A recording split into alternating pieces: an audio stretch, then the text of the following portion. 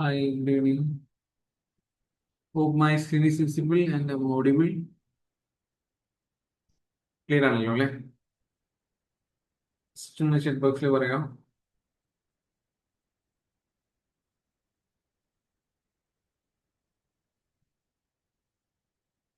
I hope I'm audible.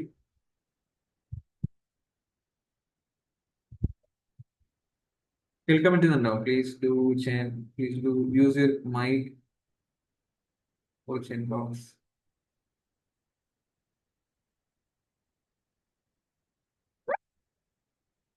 Okay, thank you, nice. So നമ്മൾ കുറച്ച് PYQs നോക്കാൻ പോവാണ്. PYQs ഒരുപാട് പഴയതൊന്നുമല്ല. 2025 മുതൽ അങ്ങോട്ട് 2022 വരെയൊക്കെയുള്ള ക്വസ്റ്റ്യൻ പേപ്പേഴ്സിലുള്ള PYQs ആണ്. So let's begin with a question from 2022. Very simple one. Hypothesis that is alternative to null hypothesis represented as ഏതാണ്? H0, H alt, H1. ഏതാണ് കറക്റ്റ് ആയിട്ടുള്ള ആൻസർ?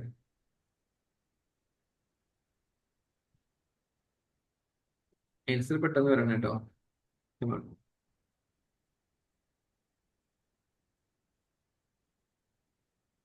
അൾട്ടർനേറ്റീവ് ഹൈപ്പോത്തസിസിനെ നമ്മൾ എങ്ങനെയാണ് റെപ്രസെന്റ് ചെയ്യുക എന്നുള്ളതാണ് ചോദ്യം. നെൽ ഹൈപ്പോത്തസിസ് എന്താണ്, അൾട്ടർനേറ്റീവ് ഹൈപ്പോത്തസിസ് എന്താണെന്നൊക്കെയുള്ളത് നമ്മൾ ഡിസ്കസ് ചെയ്യാം. Before that, try to answer this one. Try to give it a guess.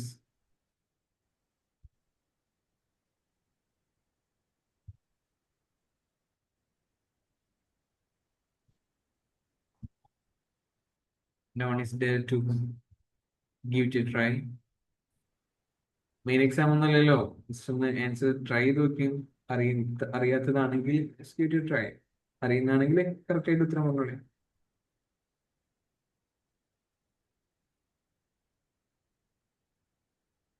Okay, ഒരുപാട് സമയം കളയുന്നില്ല.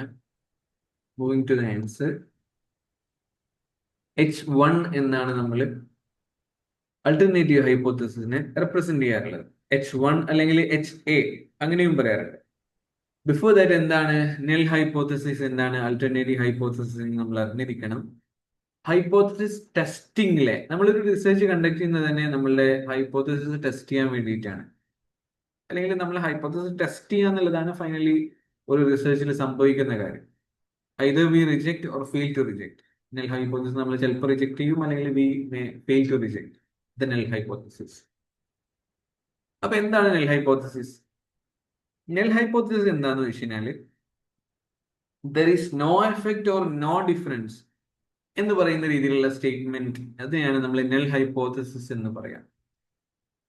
ഇപ്പൊ നമ്മള് രണ്ട് ടീച്ചിങ് മെത്തേഡ്സ് നമ്മൾ നോക്കുകയാണെങ്കിൽ ദർ ഈസ് നോ ഡിഫറൻസ് എന്ന് പറയുന്ന ആ ഒരു കൈൻഡ് ഓഫ് സെന്റൻസ് ആണ് നെൽ ഹൈപ്പോത്തസിന്റെ സെന്റൻസ് ആയിട്ട് വരിക. There is no difference between the two teaching methods. ഇതിനെയാണ് നമ്മൾ നെൽ ഹൈപ്പോത്തസിസ് എന്ന് പറയുന്നത്. On the other hand we have alternative hypothesis. H1 അല്ലെങ്കിൽ HA എന്നൊക്കെ നമ്മൾ റെപ്രസെന്റ് ചെയ്യുന്നതാണ് alternative hypothesis. Represents what the researcher wants to prove or support. Researcher ശരിക്കും എന്താണ് പ്രൂവ് ചെയ്യാനും സപ്പോർട്ട് ചെയ്യാനും ഉദ്ദേശിക്കുന്നത്, അതാണ് അൾട്ടർനേറ്റീവ് ഹൈപ്പോത്തസിസിൽ വരിക. There is N effect or difference. നമ്മളിപ്പോ ഒരു റിസർച്ച് കണ്ടക്ട് ചെയ്യുന്ന സമയത്ത് രണ്ട് മെത്തേഡുകൾ തമ്മിൽ ഡിഫറൻസ് ഉണ്ട് അല്ലെങ്കിൽ ഒരു എഫക്റ്റ് ഉണ്ട് എന്ന് പറയാനായിരിക്കും നമ്മളെ താല്പര്യം. എന്നാൽ അങ്ങനൊരു എഫക്റ്റ് ഇല്ല, അങ്ങനൊരു ഡിഫറൻസ് ഇല്ല എന്ന് സ്ഥാപിക്കലാണ് നെൽ ഹൈപ്പോത്തസിസിൽ ചെയ്യുന്നത്. ഓൺ ദ അതർ ഹാൻഡ് എന്താണോ റിസർച്ചറുടെ താല്പര്യം അതിനെയാണ് അൾട്ടർനേറ്റീവ് ഹൈപ്പോത്തസിസ് റെപ്രസെന്റ് ചെയ്യുന്നത്. What the researcher wants to prove or support.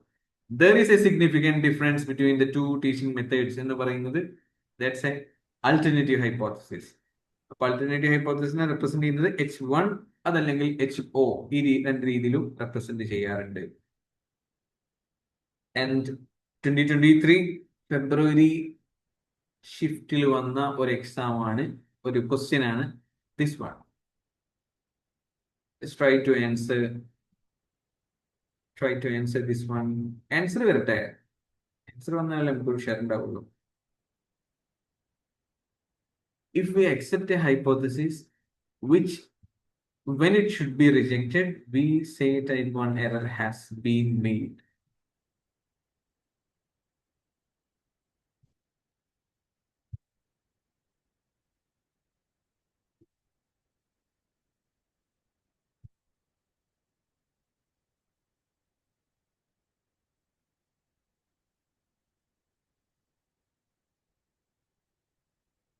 Pune is answered B. Both statement 1 and 2 are incorrect. Are you sure? The correct answer is option D. Statement 1 is incorrect, but statement 2 is correct. ആദ്യം എന്താണ് type 1 error type 2 error എന്നുള്ളത് ഒന്ന് മനസ്സിലാക്കുക. It will help you to solve this question very fast. അല്ലെങ്കിൽ simple ആയിട്ട് തന്നെ solve ചെയ്യാൻ നമുക്ക് പഠിക്കാം.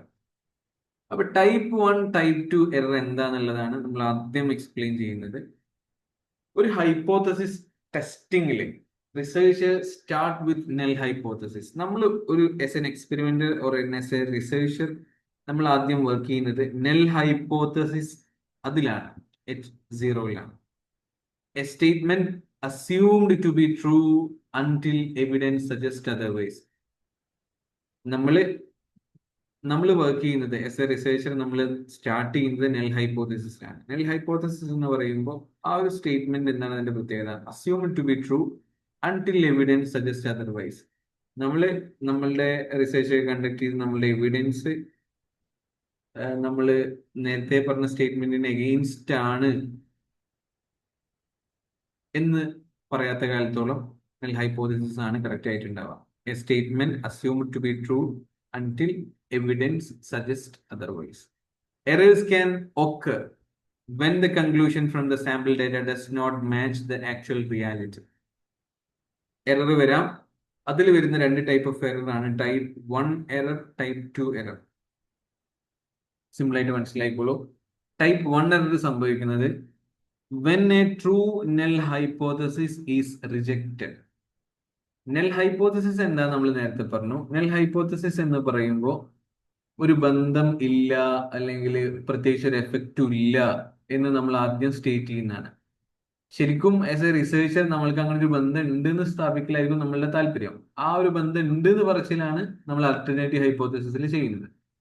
അപ്പൊ ഈ ബന്ധമില്ല, എഫക്റ്റ് ഇല്ല എന്നൊക്കെ പറയുന്ന ആ ഒരു സാധനം ഉണ്ടല്ലോ, ആ നെൽ ഹൈപ്പോത്തസിസിനെ അത് ശരിയാണ്, ബന്ധമില്ല, വെൻ എ ട്രൂ നെൽ ഹൈപ്പോത്തസിസ്, അങ്ങനെ ഒരു ബന്ധമില്ല എന്ന് പറയുന്ന ആ ഒരു സാധനം ശരിയായിരിക്കെ തന്നെ അതിനെ നമ്മൾ റിജക്റ്റ് ചെയ്യുന്നതിനാണ് നമ്മൾ ടൈപ്പ് 1 എറർ എന്ന് പറയുന്നത്. ശരിക്കും നെൽ ഹൈപ്പോത്തസിസ് ട്രൂ ആയിരുന്നു, പ്രത്യേകിച്ച് ഒരു ബന്ധം അവിടെ ഉണ്ടായിരുന്നില്ല, പ്രത്യേകിച്ച് ഒരു എഫക്റ്റും അതിന് ഉണ്ടായിരുന്നില്ല, പക്ഷെ അതിനെ നമ്മൾ റിജക്ട് ചെയ്തു. ഇതിനാണ് നമ്മൾ ടൈപ്പ് 1 എറർ എന്ന് പറയാം. അതേസമയം ടൈപ്പ് 2 എറർ ഉണ്ട്. ടൈപ്പ് 2 എറർ എന്താ? when a false null hypothesis is accepted. നെൽ ഹൈപ്പോത്തസിസ് ശരിക്കും ഫാൾസ് ആണ്. നെൽ ഹൈപ്പോത്തസിസ് ശരിക്കും റിജക്ട് ചെയ്യപ്പെടേണ്ടത് തന്നെയാണ്. അവിടെ ഒരു ബന്ധം ശരിക്കും ഉണ്ട്. അങ്ങനെ ഉണ്ടായിരിക്കെ നമ്മൾ അതിനെ അക്സെപ്റ്റ് ചെയ്തു എങ്കിൽ, നെൽ ഹൈപ്പോത്തസിസ് ഫാൾസ് ആയിരിക്കെ നമ്മൾ അതിനെ അക്സെപ്റ്റ് ചെയ്തു എങ്കിൽ അവിടെ നമ്മൾ കമ്മിറ്റ് ചെയ്യുന്ന മിസ്റ്റേക്ക് ആണ് ടൈപ്പ് 2 എറർ. ടൈപ്പ് 1 എറർ നമ്മൾ we are rejecting the truth. Type 2ലാണെങ്കിൽ we are accepting the false. ഇതാണ് സംഭവിക്കാവുന്ന പ്രതിഭാസം. ഞാൻ അതിനൊരു ഫസ്റ്റ് ഒരു അനലോജി വെച്ച് പറയാം, അതായിരിക്കും കുറച്ചുകൂടെ സിമ്പിൾ ആവാം. ഇവിടെ നിങ്ങൾ നോക്കി, എന്താണ് നെൽ ഹൈപ്പോത്തസിസ്? നമ്മൾ നേരത്തെ പറഞ്ഞതാണ്. നെൽ ഹൈപ്പോത്തസിസ് എന്ന് പറയുമ്പോൾ ആ ഒരു നെഗറ്റീവ് സാധനം, the person is not pregnant എന്ന് പറയുന്നത് ആ ഒരു നെഗറ്റീവ് സ്റ്റേറ്റ്മെന്റ് ആണ്. അല്ലെങ്കിൽ അങ്ങനെ ഒരു പ്രഗ്നൻസി ഇല്ല, അങ്ങനെ ഒരു ബന്ധമില്ല എന്നൊക്കെ പറയുന്ന ആ ഒരു നോ എന്ന് പറയുന്ന സാധനമാണ് നെൽ ഹൈപ്പോത്തസിസിൽ വരിക. ആൾട്ടർനേറ്റീവ് എന്ന് പറയുമ്പോൾ ദ പേഴ്സൺ ഈസ് പ്രഗ്നന്റ് എന്ന് പറയുന്ന സാധനം. ടൈപ്പ് 1 എററും ടൈപ്പ് 2 എററും ഈ രീതിയിൽ വളരെ സിമ്പിൾ ആയിട്ട് നമുക്ക് ഓർത്തു വെക്കാം. ഫാൾസ് പോസിറ്റീവ് ആണ് ടൈപ്പ് 1 എറർ, ഫാൾസ് നെഗറ്റീവ് ആണ് ടൈപ്പ് 2 എറർ. ഫാൾസ് പോസിറ്റീവ് എന്ന് പറയുമ്പോൾ we reject null hypothesis, conclude pregnant when actually not pregnant.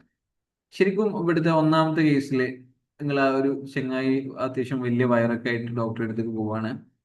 അപ്പൊ ഡോക്ടർ എന്താ അവിടെ ചെയ്തത്? The person is not pregnant എന്ന് പറയുന്ന ആ ഒരു നെൽ ഹൈപ്പോത്തസിസിനെ റിജക്റ്റ് ചെയ്തു. എന്നിട്ട് പറയാണ് യു ആർ പ്രഗ്നന്റ്. അപ്പൊ അവിടെ നെൽ ഹൈപ്പോത്തസിസ് ട്രൂ ആയിരുന്നു. നെൽ ഹൈപ്പോത്തസിസ് അവിടെ ട്രൂ ആയിരുന്നു, പക്ഷെ അതിനെന്താക്കി? റിജക്റ്റ് ചെയ്തു എന്നുള്ളതാണ് ഒന്നാമത്തെ കേസിൽ വന്ന കാര്യം. അവിടെ കമ്മിറ്റ് ചെയ്ത മിസ്റ്റേക്ക്, ഐ എം സോറി, അവിടെ വന്ന എററാണ് ടൈപ്പ് 1 എറർ. അത്യാവശ്യം നല്ലൊരു വയറൊക്കെ ആയിട്ട് ഒരാൾ വന്ന സമയത്ത് എന്താണ്, പ്രഗ്നന്റ് ആണ് അല്ലേ എന്ന് നമ്മൾ ഒരാളോട് ചോദിക്കുകയാണെങ്കിൽ ദറ്റ്സ് എ മിസ്റ്റേക്ക്. ആ മിസ്റ്റേക്കിന് പറയുന്നവരാണ് ഫാൾസ് പോസിറ്റീവ് അല്ലെങ്കിൽ ടൈപ്പ് 1 എറർ. അവിടെ ശരിക്കും നെൽ ഹൈപ്പോത്തസിസ് ട്രൂ ആയിരുന്നു. ആ ട്രൂ ആയിരുന്ന നെൽ ഹൈപ്പോത്തസിസിനെ നമ്മൾ റിജക്റ്റ് ചെയ്തു എന്നുള്ളതാണ് അവിടെ വന്ന പ്രശ്നം. V reject null hypothesis and conclude he is pregnant അല്ലെങ്കിൽ ദ പേഴ്സൺ ഈസ് പ്രഗ്നന്റ്. അതാണ് ഫാൾസ് പോസിറ്റീവ് അതല്ലെങ്കിൽ ടൈപ്പ് 1 എറർ എന്നതുകൊണ്ട് ഉദ്ദേശിച്ചത്. And we have type 2 error. ഇതും ഒരു മിസ്റ്റേക്ക് ആണ്. ഫാൾസ് നെഗറ്റീവ് എന്ന് പറയും. ഫാൾസ് നെഗറ്റീവിൽ എന്താ സംഭവിക്കുന്നത്? ശരിക്കും നെൽ ഹൈപ്പോത്തസിസ് അവിടെ തെറ്റാണ്. The person is not pregnant എന്ന് പറയുന്നത് ശരിക്കും അവിടെ തെറ്റാണ്. പക്ഷെ we are accepting null hypothesis and conclude you are not pregnant. Pregnant ആയിട്ട് വന്ന ഒരു സ്ത്രീയോട് അത്യാവശ്യം തടിയൊക്കെ വെച്ചിട്ടുണ്ടല്ലോ എന്ന് നമ്മളൊരു ചോദിക്കുകയാണെങ്കിൽ we are committing type 2 error. Actually she is pregnant, പക്ഷെ നമ്മൾ ആ നെൽ ഹൈപ്പോത്തസിസിനെ നമ്മൾ എന്താക്കി? അക്സെപ്റ്റ് ചെയ്തു എന്നുള്ളതാണ് നമ്മൾ അവിടെ വരുത്തിയിട്ടുള്ള mistake. That's false negative. False positive എന്ന് പറയുമ്പോൾ പറയുന്നത് തെറ്റാണ്, ഫാൾസ് ആണ്, പക്ഷെ പോസിറ്റീവ് ആണ്. യു ആർ പ്രഗ്നന്റ് എന്നാണ് നമ്മളിവിടെ പറയുന്നത്. ഇവിടെ ആണെങ്കിൽ പറയുന്നത് തെറ്റ് തന്നെയാണ്, പക്ഷെ we are saying negative. You are not pregnant എന്നാണ് പറയുന്നത്. I hope it's clear. Simple concept ആണ്, പക്ഷെ അത് ഓർത്തു വെക്കുക എന്നുള്ളത്, അത് ക്ലാരിറ്റിയിൽ ഓർത്തു വെക്കുക എന്നുള്ളത് വളരെ പ്രധാനമാണ്. നെൽ ഹൈപ്പോത്തസിസുമായിട്ട് ബന്ധപ്പെട്ടാണ് ടൈപ്പ് 1 എററും ടൈപ്പ് 2 എററും വരുന്നത്. അത് ആദ്യം മനസ്സിൽ ഉറപ്പിക്കുക. Not something related to alternative hypothesis, purely something related to null hypothesis. അപ്പൊ നെൽ ഹൈപ്പോത്തസിസ് ട്രൂ ആണെന്ന് പറഞ്ഞാൽ there is no relationship, there is no effect എന്നൊക്കെ പറയുന്നതാണ് നെൽ ഹൈപ്പോത്തസിസ്. അപ്പൊ സ്വാഭാവികമായിട്ടും അത് ട്രൂ ആണെന്ന് പറയുകയാണെങ്കിൽ ഇനി അതേസമയം നമ്മൾ അതിനെ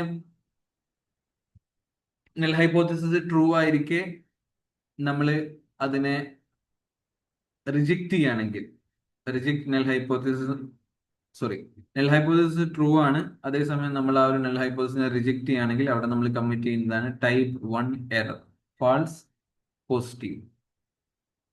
നെൽ ഹൈപ്പോത്തസിസ് തെറ്റാണ്, ആ തെറ്റായിരിക്കുന്ന നെൽ ഹൈപ്പോത്തസിസ് നമ്മൾ റിജക്ട് ചെയ്യുന്നു. അത് കറക്റ്റ് ആയിട്ടുള്ള പരിപാടിയാണ്, കറക്റ്റ് ഔട്ട്കം ആണ്. അതിനാണ് നമ്മൾ ട്രൂ പോസിറ്റീവ് എന്ന് പറയാം. True positive. നെൽ ഹൈപ്പോത്തസിസ് ഫാൾസ് ആണ്. അപ്പൊ ആള് പ്രഗ്നന്റ് അല്ല എന്ന് പറയുമ്പോൾ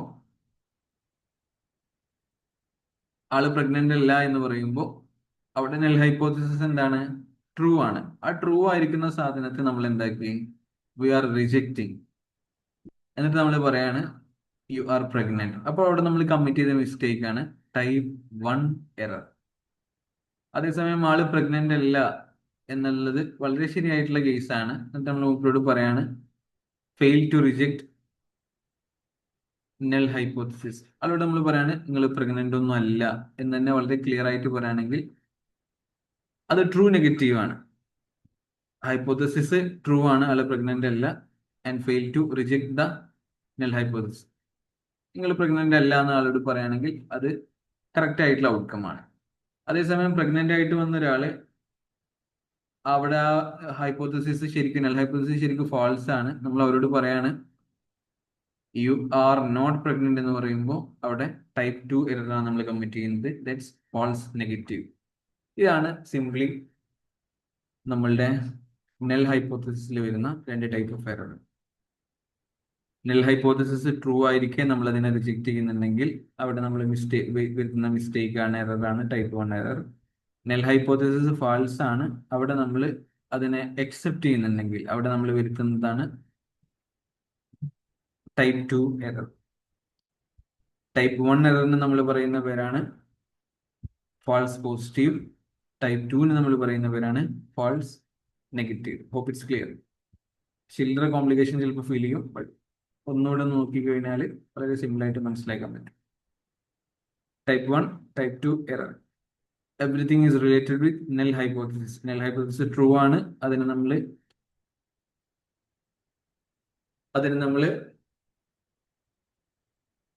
നൽ ഹൈപ്പോത്തസിസ് ട്രൂ ആണ്, അതിനെ നമ്മൾ റിജക്ട് ചെയ്യുന്നു, അതാണ് type 1 error. Null hypothesis false ആണ്, അതിനെ നമ്മൾ അക്സെപ്റ്റ് ചെയ്യുന്നു, അതാണ് ടൈപ്പ് 2 എറർ. ഈ ഒരു പ്രഗ്നൻസിന്റെ സാധനം മാത്രം ഒന്ന് ഓർത്ത് വെച്ച് കഴിഞ്ഞാൽ നിങ്ങൾക്ക് ഇത് ക്ലിയർ ആവും. ഇതിലെ നൽ ഹൈപ്പോത്തസിസ് ഓർത്ത് വെക്കുക, ഈ ആണിന്റെ കേസ് ഓർത്ത് വെക്കുക, ഈ പെണ്ണിന്റെ കേസ് ഓർത്ത് വെക്കുക. ആണിന്റെ കേസിൽ ഫാൾസ് പോസിറ്റീവ് ആണ്, പെണ്ണിന്റെ കേസിൽ ഫാൾസ് നെഗറ്റീവ് ആണ്. ഇത് മാത്രം ഓർത്ത് വെച്ച് കഴിഞ്ഞാൽ it will be very easy to remember. Moving to next question.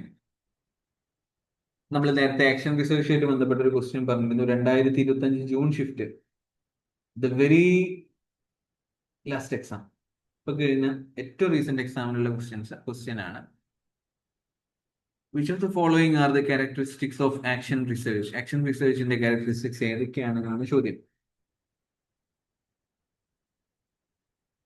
ഒന്ന് ട്രൈ നോക്കിയും ആക്ഷൻ റിസർച്ചിന്റെ വെളിച്ചത്തിൽ ഒന്ന് പറഞ്ഞു നോക്കിയും. ഞാൻ പറഞ്ഞു, കേർട്ട് ലെവിൻ 1944 ഇൻട്രൊഡ്യൂസ് ചെയ്തിട്ടുള്ള വളരെ പ്രാക്ടിക്കലി ഓറിയന്റഡ് ആയിട്ടുള്ള ഇമ്മീഡിയറ്റ് പ്രോബ്ലത്തെ പരിഹരിക്കാനുള്ള ഇംപ്രൂവ്മെന്റിന് വേണ്ടിയിട്ടുള്ള ഒരു പരിപാടിയാണ് action research. So a correct ആണോ? It does not aim to. someone answered.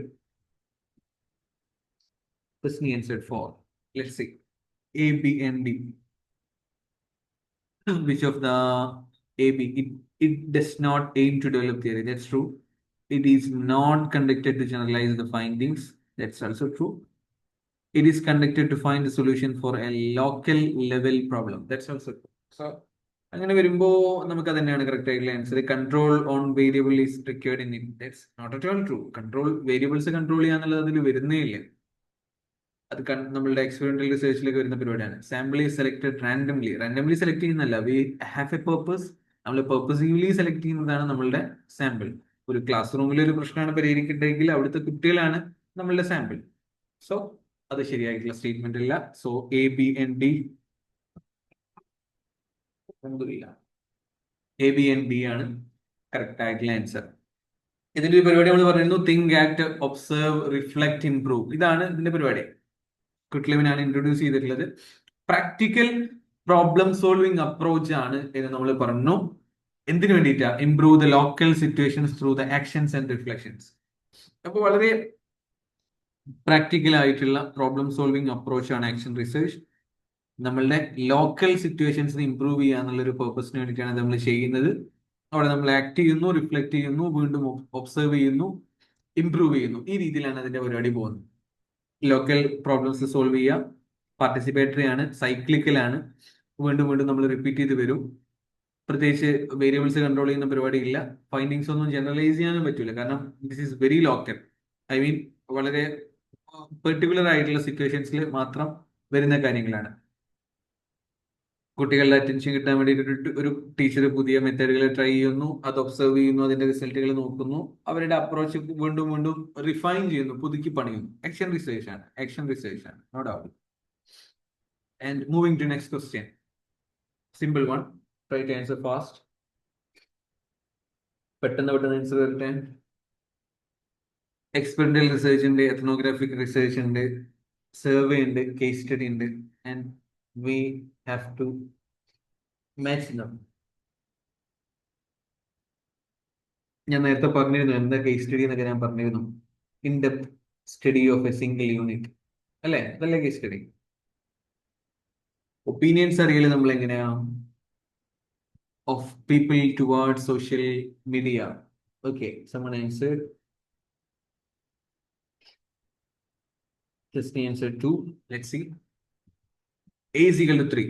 Experimental research എന്ന് പറയുമ്പോൾ കോസ് ആൻഡ് എഫക്ട് റിലേഷൻഷിപ്പ് ആണ്. No doubt, no doubt, no doubt. Independent variable dependent variable കണ്ടാൽ പിന്നെ നോക്കണ്ട, എക്സ്പെരിമെന്റൽ റിസർച്ച് ആണ്. That's true. നിങ്ങൾ ഏത് ആൻസർ പറഞ്ഞത്? 2 അല്ലേ? Okay. B is equal to 4. Ethnographic research. Ethnography എന്ന് പറഞ്ഞാൽ study of perception of the people of a particular group regarding their life. That's it, that's it, that's it. അതാണ് ethnographic സ്റ്റഡിയിൽ വരുന്നത്. Survey നമ്മൾ ഒപ്പീനിയനൊക്കെ അറിയാൻ, study of opinions of people toward social media. And finally case study എന്ന് പറയുമ്പോൾ ഒരു വിഷയത്തെ കുറിച്ചുള്ള in-depth ആയിട്ടുള്ള, it may be A person, it may be A case, it may be A event, it may be N institution, എന്തും ആകാം. അതിനെ കുറിച്ച് നമ്മൾ ചെയ്യുന്നതാണ് കേസ് സ്റ്റഡി. അപ്പൊ വളരെ സിമ്പിൾ ആയിട്ടുള്ള ഒരു ആൻസർ, ഒരു ക്വസ്റ്റ്യൻ ആയിരുന്നു. Cos and effect relationship, controlled condition ഒക്കെ എക്സ്പെരിമെന്റലിന്റെ ഭാഗമായിട്ട് വരുന്നതാണ്. കൾച്ചറൽ അണ്ടർസ്റ്റാൻഡിങ്, ഇവിടെ നമ്മൾ എന്താ ക്വസ്റ്റ്യനിൽ ഉണ്ടായിരുന്നത്? Perception of people of a particular group regarding their life. കുറച്ചുകൂടെ കൾച്ചറൽ അണ്ടർസ്റ്റാൻഡിംഗ് ഒക്കെയാണ് എത്നോഗ്രാഫിക് സ്റ്റഡീസിൽ വരാറുള്ളത്. Opinions from many people, survey, case study, deep study of one case. അപ്പൊ നമ്മളൊരു ഫിഷർമാൻ കമ്മ്യൂണിറ്റിയിലേക്ക് അവരെ കുറിച്ചൊക്കെ പഠിക്കുകയാണെങ്കിൽ we are doing ethnographic study, അല്ലെങ്കിൽ we have to do ethnographic approach. Okay, moving to next question. അയ്യോ, ഇത് സംഗതി, ഇത് നമ്മൾ ഇതിന്റെ ഒരു ന്യൂമറിക്കൽ ക്വസ്റ്റ്യൻസ് ഉണ്ട് എന്ന് മനസ്സിലാക്കാൻ വേണ്ടിയിട്ട്, ഇതിപ്പോ വന്നത് 2025 ജൂണിലെ ക്വസ്റ്റ്യൻ ആണ്. അപ്പോ റീസെന്റ് ആയിട്ട് ന്യൂമറിക്കൽ ക്വസ്റ്റ്യൻസ് കൂടെ നമ്മളുടെ റിസേർച്ചിൽ കയറി വരുന്നുണ്ട് എന്നുള്ളത് നിങ്ങൾ മനസ്സിലാക്കണം എന്നതുകൊണ്ട് ആഡ് ചെയ്തിട്ടുള്ളതാണ്. അപ്പൊ എന്താണ് സ്റ്റാൻഡേർഡ് ഡീവിയേഷൻ, എന്താണ് മീൻ, എന്താണ് കോഎഫിഷ്യന്റ് ഓഫ് വേരിയേഷൻ, അത്തരം റിസർച്ചുമായിട്ട് ബന്ധപ്പെട്ട് വരുന്ന ടേമുകളൊക്കെ മനസ്സിലാക്കൽ പ്രധാനമാണ്. ഇതിന്റെ ന്യൂമറിക്കൽ പാർട്ടിലേക്കൊന്നും പോകുന്നില്ല. ഇവിടെ നമുക്ക് തന്നുള്ളത് മീനും സ്റ്റാൻഡേർഡ് ഡീവിയേഷനും തന്നിട്ടുണ്ട്. ഡിഫറെന്റ് ഡാറ്റ സെറ്റുകളുടെ മീനും സ്റ്റാൻഡേർഡ് ഡീവിയേഷനും തന്നു. എന്നിട്ട് നമ്മളോട് ചോദിച്ചാൽ എന്താ? കോഎഫിഷ്യന്റ് ഓഫ് വേരിയേഷൻ നമ്മൾ കാണണം. എന്നിട്ട് നമ്മൾ എന്താക്കണം? അതിന് അസെൻഡിങ് ഓർഡർ എന്ന് പറഞ്ഞാൽ എന്താ? ചെറുതുനിന്ന് വലുതേക്ക് നമ്മൾ അറേഞ്ച് ചെയ്ത് വെക്കണം. ഇതാണ് നമുക്കുള്ള കോഎഫിഷ്യന്റ് ഓഫ് വേരിയേഷൻ. ചെറുതുനിന്ന് വലുതിലേക്ക് അറേഞ്ച് ചെയ്ത് വെക്കണം. അപ്പൊ ഇത് ആൻസർ ചെയ്യണമെന്നുണ്ടെങ്കിൽ ഏറ്റവും മിനിമൽ ആയിട്ട് നമ്മൾ അറിഞ്ഞിരിക്കേണ്ടത് എന്താണ്? കോഎഫിഷ്യന്റ് ഓഫ് വേരിയേഷനും സ്റ്റാൻഡേർഡ് ഡീവിയേഷനും മീനും തമ്മിലുള്ള connection. Is there any formula connecting these three? അപ്പൊ അതുണ്ട്, അങ്ങനെ ഒരു ഫോർമുല ഉണ്ട്. അതാണ് നമ്മൾ ആദ്യം മനസ്സിലാക്കേണ്ടത്. Coefficient of variation is equal to standard deviation by mean into 100. അപ്പൊ ഇതറിയെങ്കിൽ ഇത് ആൻസർ ഒരു പണിയില്ല. ഇതിലേക്ക് അപ്ലൈ ചെയ്താൽ മതി. നമുക്ക് സ്റ്റാൻഡേർഡ് ഡീവിയേഷനും മീനും തന്നിട്ടുണ്ട്. അപ്പോൾ സ്റ്റാൻഡേർഡ് ഡീവിയേഷൻ ഓരോന്നിന്റെയും സ്റ്റാൻഡേർഡ് ഡീവിയേഷൻ ബൈ അതിന്റെ മീന് ഇൻറ്റു 100 ചെയ്ത് കഴിഞ്ഞാൽ നമുക്ക് അതിന്റെ ആൻസർ കിട്ടും. അതിനെ അസെൻഡിങ് ഓർഡറിൽ ലോവസ്റ്റ് ടു ഹയസ്റ്റ് അറേഞ്ച് ചെയ്ത് കഴിഞ്ഞാൽ നമുക്ക് അതിന്റെ ആൻസറും കിട്ടും. ഇനി വരുന്ന എക്സാമിലും ഇതൊക്കെ എക്സ്പെക്ട് ചെയ്യാം. അപ്പൊ ഇതൊന്ന് ഓർത്തു വെക്കുക. Standard deviation by mean into 100 ആണ് coefficient of variation. Coefficient of variation is equal to standard deviation by mean into 100. സ്ക്രീനിൽ എഴുതാനോ മറ്റു പറ്റാത്തതുകൊണ്ട് അതിന്റെ കാൽക്കുലേഷൻ പാർട്ടിലേക്ക് കിടക്കുന്നില്ല. I hope it's clear. Moving to next question. UGC regulation on plagiarism repeated ആയിട്ട് questions വന്നിട്ടുള്ള ഒരു പാർട്ടാണ്. 2024 ക്വസ്റ്റ്യൻ ആണ്. A faculty will be denied 2 successive annual increments for which of the following similarities in research publication? പ്ലാജറിസത്തിന്റെ വിഷയത്തിൽ ഇത്ര ശതമാനം similarity വരികയാണെങ്കിൽ, plagiarism വരികയാണെങ്കിൽ ഇതിൽ എത്ര ശതമാനത്തിലാണ് 2 സക്സസീവ് ആയിട്ടുള്ള ആനുവൽ ഇൻക്രിമെന്റ് ഡിനൈ ചെയ്യപ്പെടുക? ഇൻക്രിമെന്റ് അവർക്ക് കിട്ടുന്ന ആനുകൂല്യങ്ങളൊക്കെ ഡിനൈ ചെയ്യപ്പെടുന്നത് ഇതിൽ ഏതൊക്കെ പെർസെന്റേജിൽ, ഇതിൽ ഏതൊക്കെ ശതമാനം പ്ലാജറിസം വരുന്ന സമയത്താണ് എന്നുള്ളതാണ് ചോദ്യം. ക്ലിയർ അല്ല? റിസർച്ച് പബ്ലിക്കേഷൻ ഒക്കെ ചെയ്യുന്ന സമയത്തെ പ്ലാജറിസം ചെക്ക് ചെയ്യേണ്ടി വരും. പ്ലാജറിസം ചെക്ക് ചെയ്യുമ്പോൾ അതിന് ഡിഫറെന്റ് ലെവൽസ് ഉണ്ട്. ഇത്ര ശതമാനം മുതൽ ഇത്ര ശതമാനം വരെ ലെവൽ 1, ഇത്ര ശതമാനം മുതൽ ഇത്ര ശതമാനം ലെവൽ 2. അപ്പോൾ ഒരു പെർട്ടിക്കുലർ ലെവൽ എത്തിക്കഴിഞ്ഞാൽ അവിടെ വരുന്ന ഒരു പെനാൽറ്റിയാണ് 2 വർഷത്തേക്കുള്ള, ഒരു പെർട്ടിക്കുലർ ലെവൽ ഓഫ് പ്ലാജറിസം ഉണ്ട് എന്ന് മനസ്സിലാക്കപ്പെട്ട് കഴിഞ്ഞാൽ അവിടെ വരുന്ന പെനാൽറ്റിയാണ് 2 വർഷത്തേക്കുള്ള ആനുവൽ ഇൻക്രിമെന്റ്സ് ഒക്കെ ഡിനൈ ചെയ്യപ്പെടും. അതൊക്കെ അവർക്ക് നിഷേധിക്കപ്പെടും. അതിന്റെ ആൻസർ ആരെങ്കിലും ഒന്ന് ട്രൈ ചെയ്യൂ. Come on, just give it A try. അറിയോ? 42%? Okay, someone answered, I think. Disney answered for C and D. That's very true. C and D ആണ് correct ആയിട്ടുള്ള ആൻസർ. ഞാൻ അതിന്റെ മുമ്പ് ഇതിന്റെ ഒരു പരിപാടി പറഞ്ഞുതരാം. 10% പ്ലാജറിസത്തിന്റെ ഒരു ലെവല് നമുക്ക് നാലായിട്ട് ക്ലാസിഫൈ ചെയ്യാം. അപ് ടു 10%, 0 to 10 വലിയ പ്രശ്നമൊന്നുമില്ല. 10 to 40 പ്രശ്നം തന്നെയാണ്. എന്നാൽ അത്ര പ്രശ്നമല്ല. 40 to 60 പ്രശ്നമാണ്, ഗൗരവത്തിലുള്ള പ്രശ്നം തന്നെയാണ്. മോർ ദാൻ 60 നോക്കണ്ട, വലിയ പ്രശ്നമാണ്, സിവിയർ പ്രശ്നം. അപ്പൊ ഇതാണ് ഇതിന്റെ ഒരു പരിപാടി. അപ്പൊ ആദ്യം 0 to 10, 10 to 40, 40 to 60, 60 തന്നെ പോ. ഇതൊന്ന് ഓർത്ത് വെക്കുക. Level 1, level 0, level 1, level 2, level 3. Level 1, level 2, level 3, level 4 എന്ന് പറയരുത്. ലെവൽ 0, ലെവൽ 1, ലെവൽ 2, ലെവൽ 3 എന്ന് തന്നെ പറയാം. ഓക്കെ, ഇനി ഇതിലുള്ള പ്രശ്നങ്ങൾ എന്തൊക്കെയാ നോക്കാം. ലെവൽ 0 up to 10 നമ്മൾ പറഞ്ഞു, പ്രത്യേകിച്ച് പെനാൽറ്റി ഒന്നുമില്ല. ഓക്കെ, നമുക്ക് അക്സെപ്റ്റ് ചെയ്യാൻ പറ്റുന്ന രീതിയിലുള്ള ഓവർലാപ്പ് മാത്രമേ ഉള്ളൂ അവിടെ വരുന്നത്. ലെവൽ 1 ആണെങ്കിൽ അവിടെ 10 to 40 ആണ്. അവിടെ വാർണിംഗ് കൃത്യമായിട്ട് കൊടുക്കണം. ആ പേപ്പർ റിവൈസ് ചെയ്യാൻ വേണ്ടി പറയണമെന്നല്ല പറയും. ഇതാണ് അതിനുള്ള പെനാൽറ്റി. ലെവൽ 2 40 to 60 ആണ്. ഡിനയൽ ഓഫ് 1 ആനുവൽ ഇൻക്രിമെന്റ്, ഒരു വർഷത്തെ ആനുവൽ ഇൻക്രിമെന്റ് ഡിനൈ ചെയ്യപ്പെടും, പേപ്പർ വിഡ്രോ ചെയ്യപ്പെടും എന്നുള്ളതാണ്. മൂന്നാമത്തതിലാണെങ്കിലോ 2 സക്സസീവ് ആനുവൽ ഇൻക്രിമെന്റ്സ് ഡിനൈ ചെയ്യപ്പെടും, പേപ്പർ വിഡ്രോ ചെയ്യപ്പെടും. Debarred from guiding students for 2 years, 2 വർഷത്തെ കുട്ടികളൊന്നും ഗൈഡ് ചെയ്യാനുള്ള ഗൈഡ്ഷിപ്പ് ഉണ്ടാവുക. ഇതാണ് എബോ 60 പ്ലാജറിസം ഒക്കെ വന്നു കഴിഞ്ഞാലുള്ള പ്രശ്നം. അപ്പോൾ പ്ലാജറിസം വളരെ പ്രധാനപ്പെട്ട ഒരു വിഷയമായിട്ട് അതിനെ വളരെ ക്ലിയർ ആയിട്ട് പറയുന്ന ഒരു റെഗുലേഷൻ ആണ് 2018 വന്ന യുജിസിന്റെ റെഗുലേഷൻ എന്നത് കൂടെ മനസ്സിലാക്കുക. Moving to next question. നമ്മൾ ഇന്നലെ APA സ്റ്റൈലൊക്കെ പറഞ്ഞിരുന്നു. അതുമായിട്ട് ബന്ധപ്പെട്ട് വന്നൊരു ചോദ്യമാണ്. 2025 ജൂൺ ജനുവരി എക്സാമിലെയാണ്. Just try to answer the question. ഇന്നലെ പറഞ്ഞ ഓർമ്മയിൽ തന്നെ നമുക്ക് ആൻസർ ചെയ്യാം. Arrange the following in correct order of the appearance in the APA style of writing a conference presentation reference. നമ്മൾ റെഫറൻസ് എഴുതുന്ന സമയത്ത് കോൺഫറൻസ് പ്രസന്റേഷന് APA സ്റ്റൈൽ എങ്ങനെയായിരിക്കും എന്നുള്ളതാണ് ചോദ്യം. ഒരുപാട് കോംപ്ലിക്കേറ്റഡ് ആയിട്ടുള്ള ചോദ്യമല്ല. APA ഒരു ജനറൽ പരിപാടി അറിഞ്ഞാൽ തന്നെ ആൻസർ ചെയ്യാൻ പറ്റുന്നതാണ്.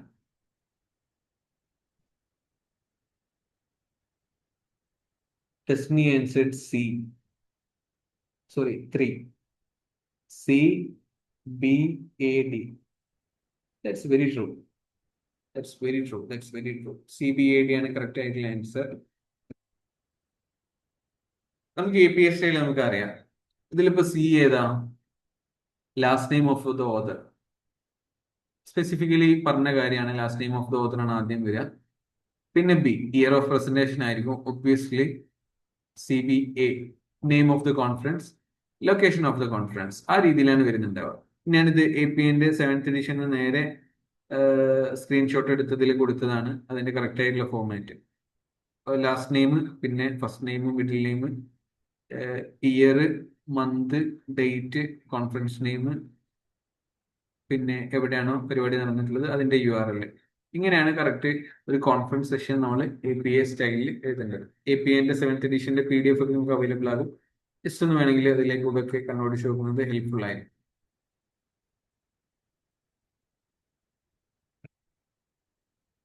Moving to next question. January 2025 വന്ന ക്വസ്റ്റ്യൻ ആണ്.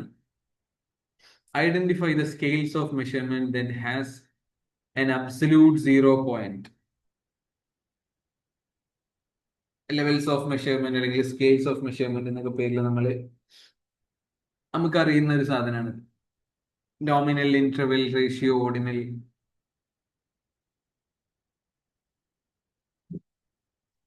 ഇതിൽ അബ്സല്യൂട്ട് 0 വരുന്നത് ഏതിനാണ്? ഒരെണ്ണത്തിന് മാത്രമാണ് അബ്സല്യൂട്ട് 0 ഉണ്ടാവുക. അത് ഏതാണെന്നാണ് പറയേണ്ടത്. ഞാൻ പറഞ്ഞ ആൻസർക്ക് എത്തില്ല.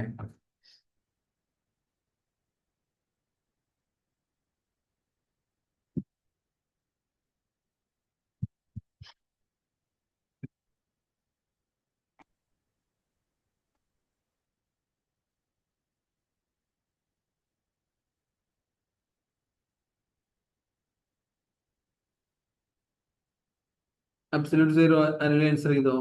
1 ഒക്കെ വന്നിട്ടുണ്ടല്ലോ. അബ്സല്യൂട്ട് സീറോ ഒരു സംശയം വരേണ്ടാത്ത സാധനമാണ്. അബ്സല്യൂട്ട് സീറോ ഒരെണ്ണത്തിന് മാത്രമേ ഉണ്ടാവുള്ളൂ. That's for ratio scale. True zero, absolute zero എന്നൊക്കെ പറയുന്നത് റേഷ്യോ സ്കെയിലിന് മാത്രം അവകാശപ്പെട്ട ഒരു സാധനമാണ്.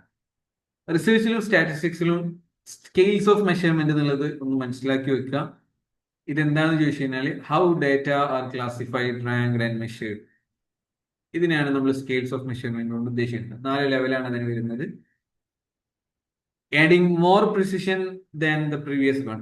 ഓരോ മേലേക്ക് ലെവൽ കയറുന്നതിനനുസരിച്ചും കൂടുതൽ കൂടുതൽ പ്രിസൈസ് ആയിട്ട് വന്നുകൊണ്ടിരിക്കും. നോമിനലിലാണെങ്കിൽ ജസ്റ്റ് കാറ്റഗറീസ് മാത്രം, ജെൻഡർ, റിലീജിയൻ, ആ രീതിയിലുള്ള ഒരു കാറ്റഗറൈസേഷൻ മാത്രമാണ് നോമിനലിൽ വരുന്നത്. ഓർഡിനലിലാണെങ്കിൽ rank order with equal gaps, കൃത്യമായിട്ടുള്ള റാങ്ക് ഓർഡർ വരുന്നുണ്ടാകും. അപ്പൊ നമ്മൾ ക്ലാസ്സിൽ റാങ്ക്സ് ഒക്കെ പറയുകയാണെങ്കിൽ, സാറ്റിസ്ഫാക്ഷൻ ലെവലൊക്കെ പറയുകയാണെങ്കിൽ ഓർഡിനൽ ഡാറ്റയാണ് അവിടെ വരുന്നത്. ഇന്റർവെല്ലിലാകുമ്പോൾ കൃത്യമായിട്ടുള്ള ഈക്വൽ ഇന്റർവെൽസ് ഉണ്ടാകും. എന്നാൽ ഇവിടെ ഒരു അബ്സല്യൂട്ട് സീറോ ഒന്നും നമുക്ക് കാണാൻ പറ്റില്ല. ടെമ്പറേച്ചർ ഒക്കെ നമുക്ക് ഇന്റർവെൽ സ്കെയിലിൽ പറയാൻ പറ്റുന്ന ഒരു കാര്യമാണ്. റേഷ്യോയിലാണെങ്കിൽ കുറച്ചുകൂടെ അഡ്വാൻസ്ഡ് ആണ്. ഈക്വൽ ഇന്റർവെല്ലിലായിരിക്കും, പ്ലസ് അവിടെ ട്രൂ സീറോ കൂടെ ഉണ്ടാകും. അപ്പൊ ഹൈറ്റ്, വെയിറ്റിംഗ് ഒക്കെ നമ്മൾ റേഷ്യോ സ്കെയിലിൽ പറയുന്ന ഒരു സംഗതിയാണ്. അതിൽ അബ്സല്യൂട്ട് സീറോ എന്ന് പറയുന്ന ഒരു കോൺസെപ്റ്റ് ഓക്കെയാണ്. അതേസമയം ടെമ്പറേച്ചർ ഡിഗ്രി സെൽഷ്യസിലൊക്കെ പറയുകയാണെങ്കിൽ അവിടെ ആ ഒരു അബ്സല്യൂട്ട് സീറോ എന്ന് പറയുന്ന ഒരു കോൺസെപ്റ്റ് അവിടെ ഇല്ല. ഇൻകം ആണെങ്കിലും അബ്സല്യൂട്ട് സീറോ എന്ന് പറയുന്ന ഒരു സംഗതി അവിടെ ഓക്കെയാണ്. So that's the difference between the scales of measurement. അപ്പോൾ റേഷ്യോ സ്കെയിലിന് മാത്രം വരുന്നത് അബ്സല്യൂട്ട് സീറോ, ഇന്റർവെല്ലിന് equal intervals and no absolute zero, ഓർഡിനലിൽ റാങ്ക് ഓർഡർ ഉണ്ടായിരിക്കും, നോമിനലിൽ സിംപ്ലി ജസ്റ്റ് കാറ്റഗറൈസിങ് തിങ്സ്. അതാണ് തമ്മിലുള്ള മാറ്റം. നെയിംഡ് വേരിയബിൾസ്, ഓർഡിനലിലാകുമ്പോൾ നെയിംഡ് പ്ലസ് ഓർഡേർഡ് വേരിയബിൾസ്, ഇന്റർവെല്ലിലാകുമ്പോൾ named plus ordered plus proportionate interval between variables. അതിന്റെ ഇടയിലുള്ള കൃത്യമായിട്ടുള്ള ഇന്റർവെല്ല് കൂടെ അവിടെ വരുന്നുണ്ട്. റേഷ്യോയിലാണെങ്കിൽ ഒന്നുകൂടെ അഡ്വാൻസ്ഡ് ആയി named plus ordered plus proportionate interval between variables plus can accommodate absolute zero. ഇതാണ് 4 ലെവൽസ് ഓഫ് മെഷർമെന്റ്. അതിന്റെ ഒരു ഹൈറാർക്കിക്കൽ ഓർഡർ കൂടെ മനസ്സിലാക്കി വെക്കുക. So that's it. തൽക്കാലം നമ്മളെ സെഷൻ അവസാനിപ്പിക്കുകയാണ്. Thank you guys for joining. എന്തെങ്കിലും ഡൗട്ട്സ് ഉണ്ടെങ്കിൽ നിങ്ങൾക്ക് ചോദിക്കാം. Otherwise we can wind up session.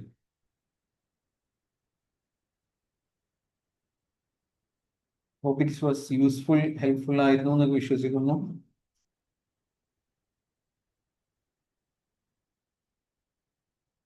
Okay, if you don't have any doubts, we can wind up the session.